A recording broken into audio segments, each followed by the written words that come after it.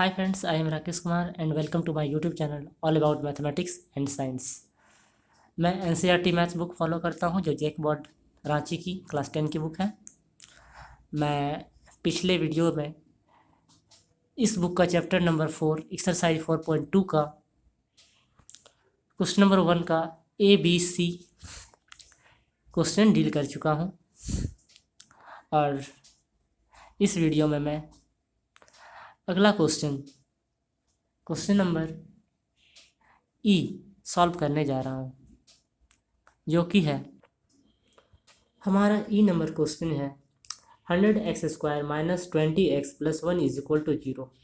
तो फ्रेंड्स, हम लोग जैसे कि पहले वीडियोस में देख चुके हैं, हमें फर्स्ट और लास्ट टर्म को कुछ करना नहीं होता है, नेक्स्ट स्टेप में सेम का सेम उतार देते हैं और हमें सिर्फ मिडिल टर्म को ऐसे किसी दो नंबर के रूप में ब्रेक करना होता है जिनको ऐड या सब्ट्रैक्ट करने पे हमें बीच वाला नंबर मिडिल टर्म मिल जाए, और अगर यदि इन दोनों का प्रोडक्ट किया जाए तो हमें हमारा जो क्वेश्चन का फर्स्ट टर्म और लास्ट टर्म है, इनके प्रोडक्ट के बराबर इन दोनों नंबर्स का भी प्रोडक्ट हो, और इन दोनों को ऐड या सब्ट्रैक्ट करने पे हमें मिडिल टर्म भी मिल जाना चाहिए। तो फ्रेंड्स, हम -20x को -10x और -10x के रूप में ब्रेक करते हैं, जिससे कि -10x और -10x को ऐड करने पे माइनस माइनस प्लस हो जाता है और 10x जुड़ जाता है आपस में और 20x हमें देता है। और फ्रेंड्स, साइन दोनों में माइनस लेते हैं, तो माइनस माइनस अगर साइन रहे तो हमें यहाँ पर भी 20 के साथ भी माइनस का साइन शो होगा। तो फ्रेंड्स, हमने देखा कि -20x को ब्रेक करने के लिए जो दो सुटेबल नंबर्स हैं वो है -10x -10x इस क्वेश्चन के अकॉर्डिंग, क्योंकि -10x और -10x को ऐड या सब्ट्रैक्ट करने पे हमें -20x मिडिल टर्म भी मिल जाता है, और अगर इन दोनों टर्म को प्रोडक्ट किया जाए -10x इंटू -10x तो इनका प्रोडक्ट 10 10 या 100 x इंटू एक्स स्क्वायर और माइनस माइनस प्लस होगा। हाँ फ्रेंड्स, मैंने यहाँ x का पावर 2 दिया है, x का पावर 2 दिया है।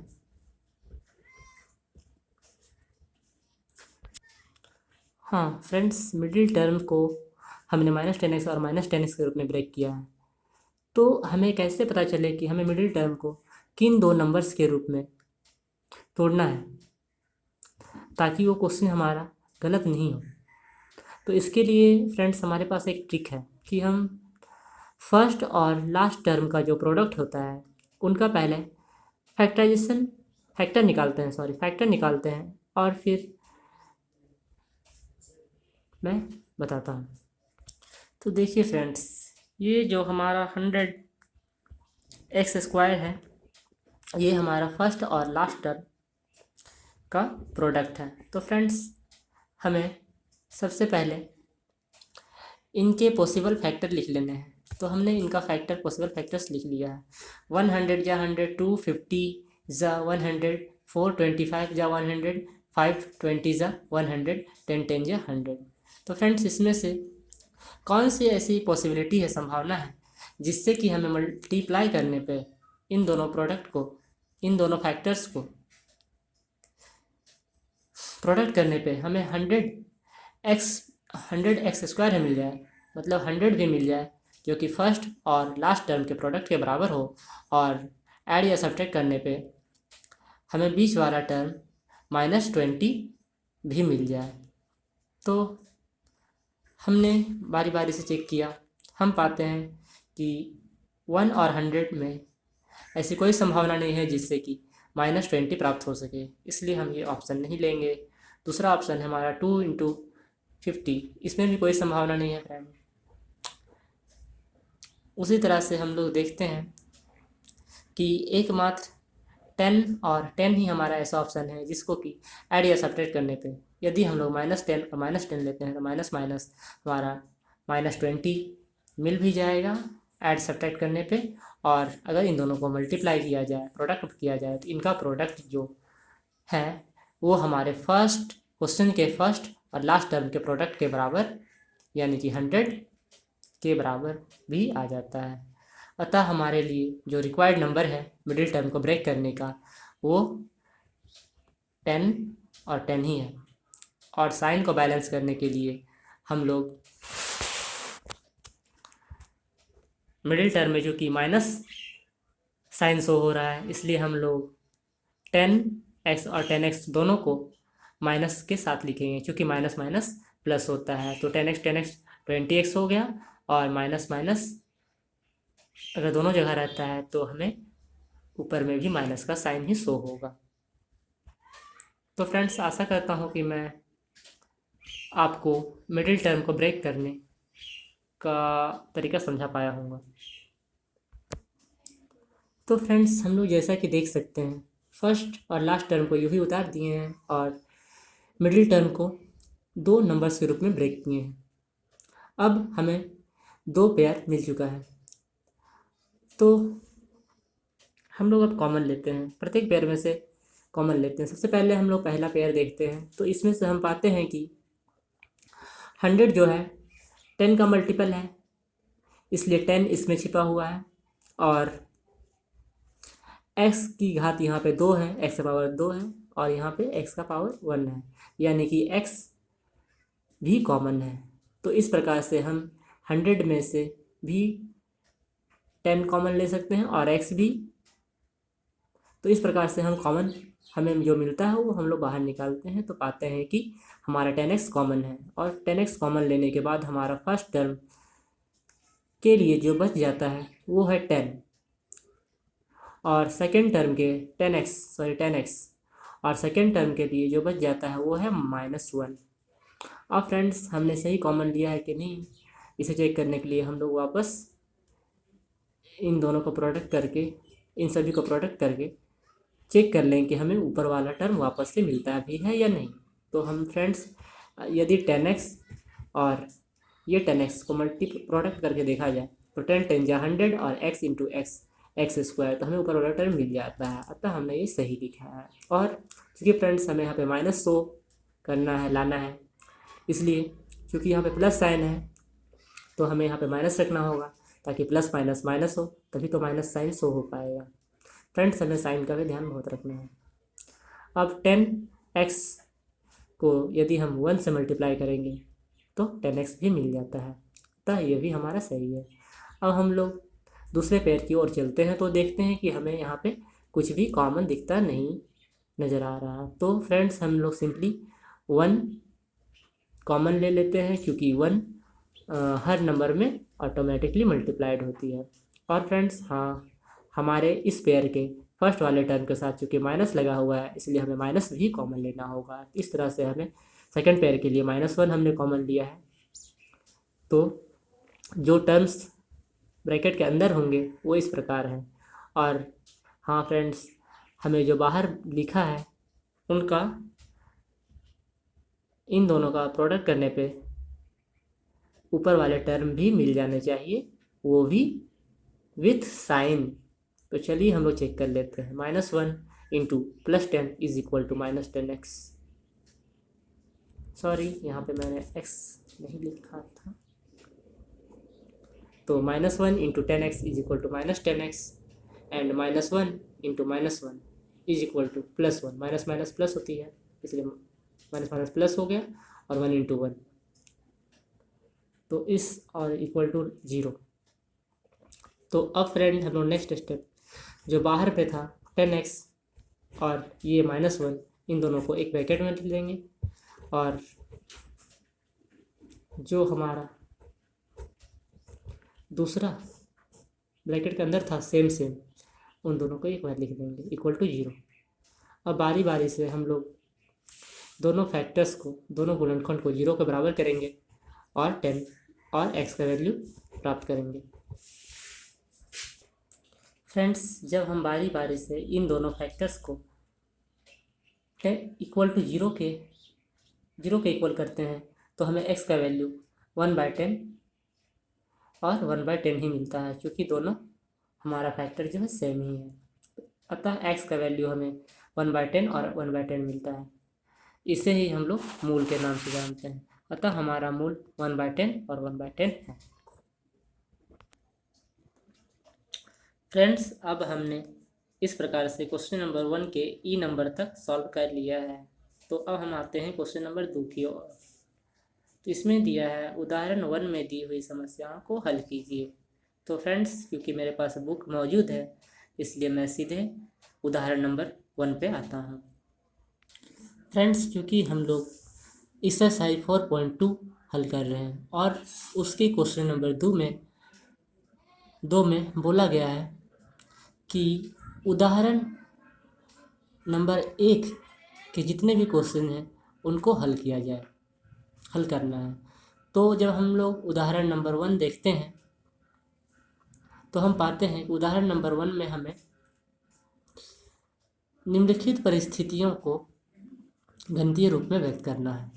उदाहरण नंबर 1 के ए नंबर क्वेश्चन में हमें पूछा गया है, डेविड और जीवंती दोनों के पास कुल 45 कंचे हैं। डेविड और जयंती दोनों के पास कुल 45 कंचे हैं। दोनों 5-5 कंचे खो देते हैं तथा अब उनके पास कंचों की संख्या का गुणनफल और 5-5 कंचा खो देने के बाद उनके पास जो संख्या है उनका गुणनफल 124 है। हम यह जानना चाहेंगे कि आरंभ में उनके पास कितने कंचे थे।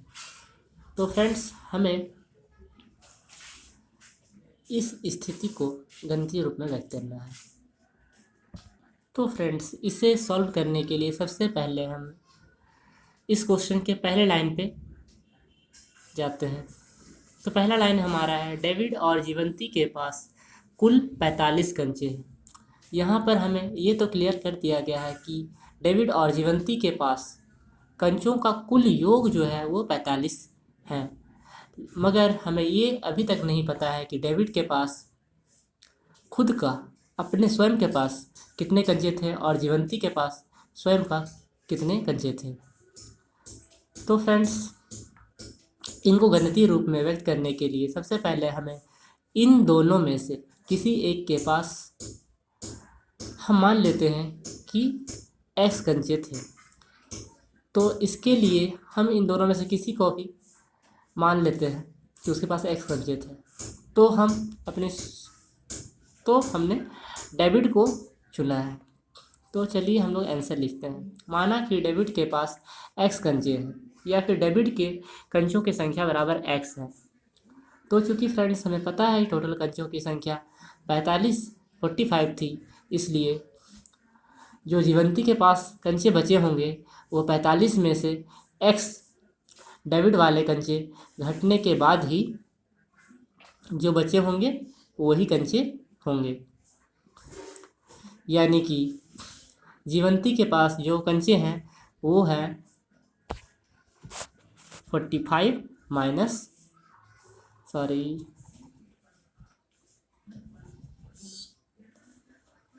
x, हाँ 45 माइनस x कंचे।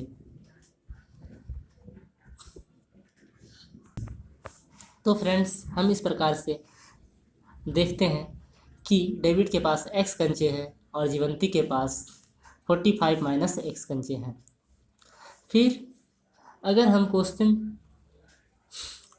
का नेक्स्ट सेंटेंस पढ़ते हैं तो हमें पता चलता है कि दोनों 5-5 कंचे खो देते हैं।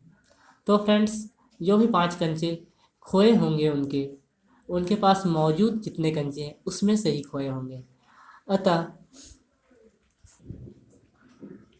चूँकि डेविड के पास कंचों की संख्या x थी, इसलिए 5 कंचे खोने के बाद डेविड के पास कंचों की संख्या जो होगी वो x में से 5 कंचे कम हो जाएगी, यानी कि x माइनस 5 कंचे बचेंगे डेविड के पास 5 कंचे खोने के बाद। और उसी तरह से जीवंती के पास टोटल कंचे थे 45 माइनस x, और इसमें से 5 कंचे और खो जाने के बाद इसके पास कुल बच जाएंगे 40 माइनस x कंचे।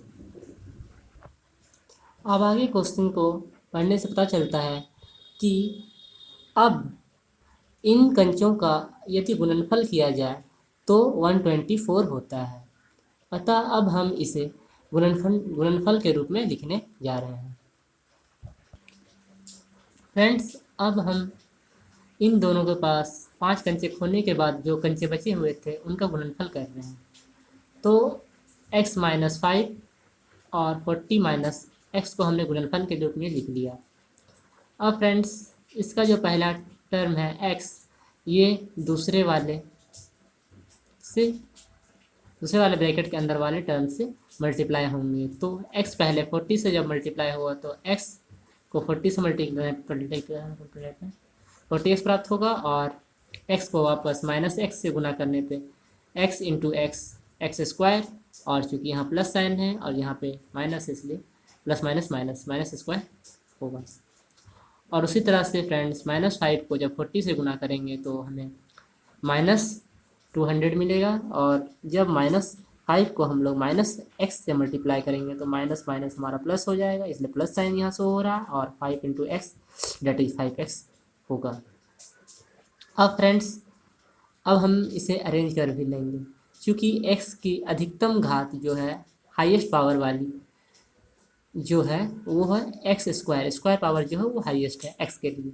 तो माइनस इसके साथ माइनस साइन लगा हुआ है, तो हम लोग हाईएस्ट घात वाले हाईएस्ट पावर वाले टर्म को सबसे पहले लिखते हैं। तो माइनस एक्स स्क्वायर को हमने पहले लिख दिया है। फिर उसके बाद फ्रेंड्स x पे पावर 1 है यहाँ पे और x पे पावर 1 है, तो क्योंकि ये एक प्रकार का है टर्म इसलिए इन दोनों को एक साथ सॉल्व कर लेते हैं। तो इस फ्रेंड्स इसके आगे कुछ नहीं है तो प्लस साइन शो है और इसके आगे भी प्लस है, यानी प्लस प्लस हमारा प्लस होता है, इसलिए 40x plus 5x is equal two plus 45x होता है। तो फ्रेंड्स हमने यहाँ पे प्लस 45x लिख दिया है। अब फ्रेंड्स हमारा जो बचा हुआ है एक टर्म बचा हुआ मात्र वो है -200, तो हमने उसे भी लिख लिया।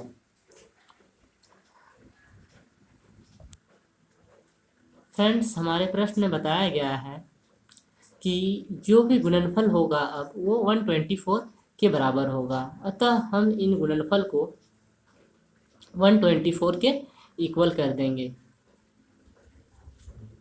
हमारा गुणनफल था -x² प्लस 45x माइनस 200, इसको हम लोग अब -x² प्लस 45x माइनस 200 को हम लोग अब 124 के इक्वल कर देंगे, जो कि ये हमारा प्रश्न के अनुसार बोला गया था, प्रश्नानुसार। अब फ्रेंड्स हम इसे एक द्विघात समीकरण के रूप में लिख देते हैं।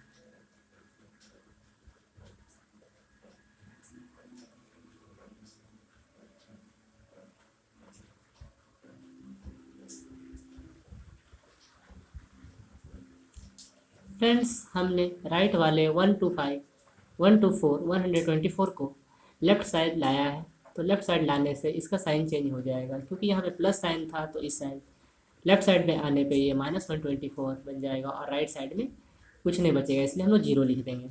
अब फ्रेंड्स इसको सॉल्व कर लेंगे तो हमें -x² मिलेगा प्लस 45x मिलेगा, और क्योंकि माइनस माइनस प्लस होता है इसलिए इनको हम लोग जोड़ लेंगे तो हमें, और दोनों जगह पे सेम साइन रहने पे वही साइन सेम उतरता है और इसलिए माइनस यहाँ पे शो हो रहा है, और इनका जब सम करेंगे तो हमें 324 मिल जाएगा इक्वल टू 0। अब फ्रेंड्स हम यहाँ पे अधिकतम घात वाले पावर यहाँ पे हमारा माइनस है, तो हम चाहें तो इस इक्वेशन को ऐसे ही छोड़ भी सकते हैं, या फिर चाहे तो सभी में से अगर माइनस कॉमन निकाल लें तो हमें कुछ ऐसा मिल जाएगा। और अब हम इस माइनस को राइट साइड भेज देंगे तो ये माइनस सिंबल गायब हो जाएगी और हमारा इक्वेशन जो है नए फॉर्म में आ जाएगा, नए रूप में आ जाएगा, जो कि है x² माइनस 45x प्लस 324। अतः इस प्रकार से हमने इस प्रश्न को गणितीय रूप में व्यक्त कर दिया। तो फ्रेंड्स अब हम क्वेश्चन 2 को हल करने के लिए उदाहरण 1 का बी नंबर क्वेश्चन पे आते हैं। तो हमारा क्वेश्चन बी इस प्रकार है। एक कुटीर उद्योग एक दिन में कुछ खिलौनों का निर्माण करता है।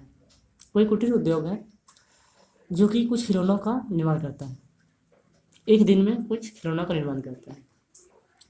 प्रत्येक खिलौनों का मूल्य 55 रुपये में से, प्रत्येक खिलौनों का मूल्य, प्रत्येक मतलब एक, किसी एक खिलौने का मूल्य जो है वो 55 रुपये में से एक दिन में बनाए गए खिलौने की संख्या को घटाने से प्राप्त हुई संख्या के बराबर है। तो फ्रेंड्स हम पहले लाइन पे फिर से वापस आते हैं। एक कुटीर उद्योग एक दिन में कुछ खिलौने का निर्माण करता है। फ्रेंड्स, हमें उस दिन वो कितने खिलौने बनाता है हमें उसका मान निकालना है, या फिर उसके लिए हमें गणितीय रूप प्रस्तुत करना है।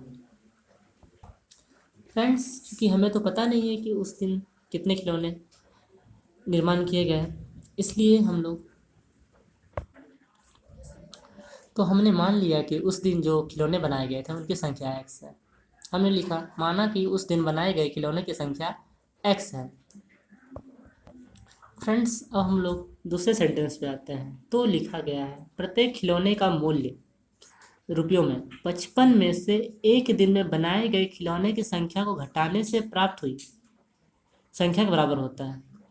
तो फ्रेंड्स, चूंकि उस कुटीर उद्योग में खिलौने बनाए जा रहे हैं, तो जाहिर सी बात है कि जो यहाँ पे प्रत्येक खिलौने का मूल्य लिखा गया है, तो वह प्रत्येक खिलौने के निर्माण लागत के बराबर है।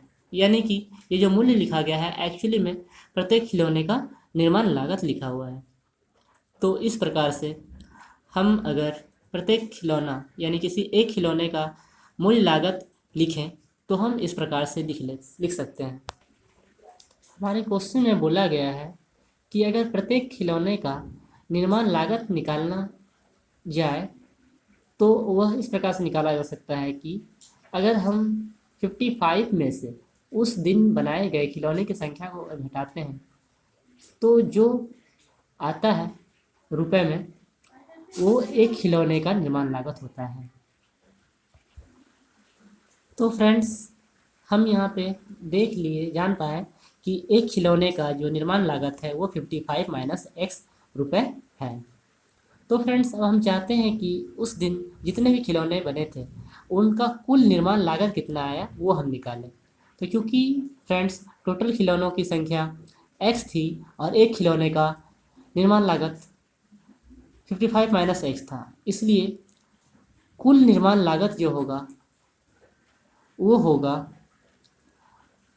एक खिलौने का मूल्य को अगर हम टोटल बनाए गए उस खिलौने की संख्या से गुना कर दें उस दिन का, तो हमें मिलता है कुल निर्माण लागत equal to x into 55 minus x रुपये। फ्रेंड्स, हम क्वेश्चन आगे पढ़ते तो हमें पता चलता है कि किसी एक दिन कुल निर्माण लागत 750 रुपये थी। यानी कि कुल लागत जो हमने यहाँ पे निकाला है x इंटू 55 माइनस एक्स, उसकी वैल्यू जो है वो 750 के इक्वल है। तो फ्रेंड्स, हम नेक्स्ट स्टेप लिखते हैं। तो फ्रेंड्स, प्रश्नानुसार जो हमारा कुल निर्माण लागत है x इंटू 55 माइनस एक्स, ये 750 रुपीज़ हो जाएगा। अब फ्रेंड्स, हम इनको गुना कर लेंगे आपस में। तो x into 55 is equal to 55x हो जाएगा, और x into minus x is equal to minus x square हो जाएगा, और राइट साइड में 750 वैसे ही रहेगा। अब फ्रेंड्स, हम लोग इसको द्विघात समीकरण के फॉर्म में लिखना चाहते हैं। तो फ्रेंड्स, हम लोग माइनस एक्स स्क्वायर को अगर उस साइड ले जाते हैं तो हमारा माइनस एक्स स्क्वायर उस साइड जाने के बाद प्लस एक्स स्क्वायर बन जाएगा। और अगर 55x को उस साइड ले जाते हैं तो इस साइड में लेफ्ट साइड में ये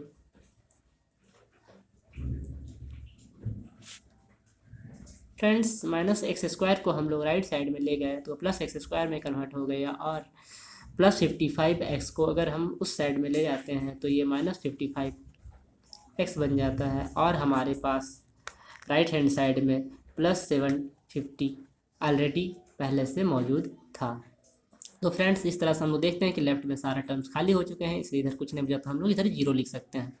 अब फ्रेंड्स जस्ट हम इस साइड मतलब कि इसको अच्छे से लिख लेते हैं, तो हम इस इक्वेशन को वापस से चाहें तो x square minus 55x plus 750 is equal to 0 लिख सकते हैं।